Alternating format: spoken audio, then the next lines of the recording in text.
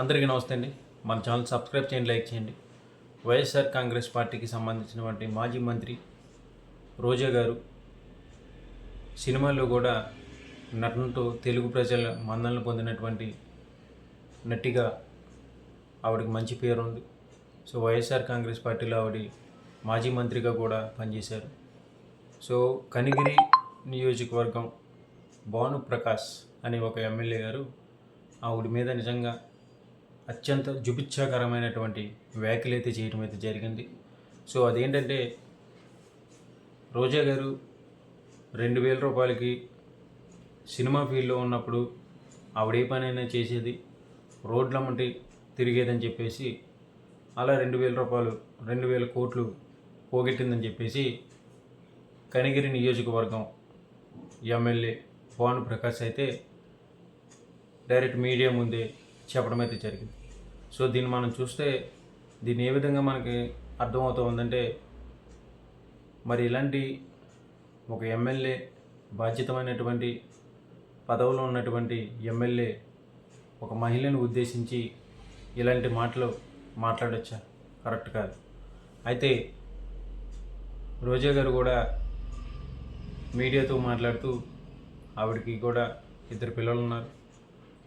ఆవిడకి నిజంగా ఏం మాట్లాడాలో తెలియక ఈయన చేసినటువంటి వ్యాఖ్యలకి మీడియా ముఖంగానే కన్నీళ్ళు పెట్టుకొని మరి ఆవిడ ఏడుస్తుందంటే ఆ మాటలు ఆవిడ మనసుకి ఎంత గాయాన్ని కలిగించాయో మనకు అర్థమవుతుంది.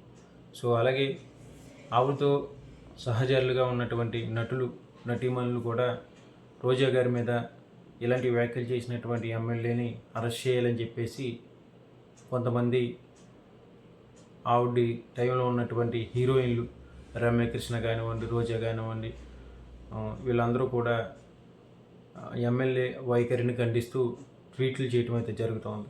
సో నిజంగా తెలుగుదేశం పార్టీలో ఏ సంస్కృతి మరి వాళ్ళ నాయకులకి ఉందంటే, నిన్న కాక మొన్న శ్రీకాళహస్తిలో జనసేన పార్టీ ఇన్ఛార్జ్ వినుతా కోటా గారి రహస్య వీడియోలు అతని డ్రైవర్తో స్వీకరించి అక్కడ ఉన్నటువంటి తెలుగుదేశం నాయకుడు ఆవిడని బ్లాక్మెయిల్ చేయటం, ఆవిడ ఏదో రాజకీయంగా ఎదుగుతుందని చెప్పేసి ఆవిడని ఎదగనివ్వకుండా ఆ నియోజకవర్గంలో నాకు పోటీ లేకుండా చేయాలనేసి ఆ అమ్మాయిని ఇబ్బందులు పెట్టడం, తద్వారా వాళ్ళు తప్పనిసరి పరిస్థితుల్లో వాళ్ళ డ్రైవర్ని కొట్టడం, ఆ డ్రైవర్ చనిపోవడం, ఇవన్నీ జరిగాయి.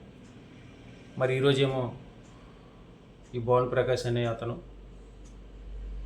వీళ్ళ నాన్నగారు మాజీ మంత్రిగా కూడా పనిచేశారంట. మరి ఇలాంటి వాళ్ళందరూ కూడా మహిళల్ని, పైగా మాజీ మంత్రివర్యులని కూడా చూడకుండా మహిళని ఇలాంటి మాటలంటే ఇక మిగతా సామాన్యమైనటువంటి మహిళల మీద వీళ్ళకి ఎలాంటి విలువ ఉంటుంది? సో వీళ్ళని మరి రోజా గారు అయితే కేసు పెట్టడం అయితే జరిగింది. సో వీళ్ళ అధికారంలో ఉన్నారు కనుక 2 రోజులు డామ్ డూమ్ డకార్ అంటారు, తర్వాతకేమో మళ్ళీ ఈ విషయం సైలెంట్ చేసే విధంగా మళ్ళీ రాష్ట్రంలో ఇంకొక అంశాన్ని లేవనెత్తే ప్రయత్నం అయితే చేస్తారు.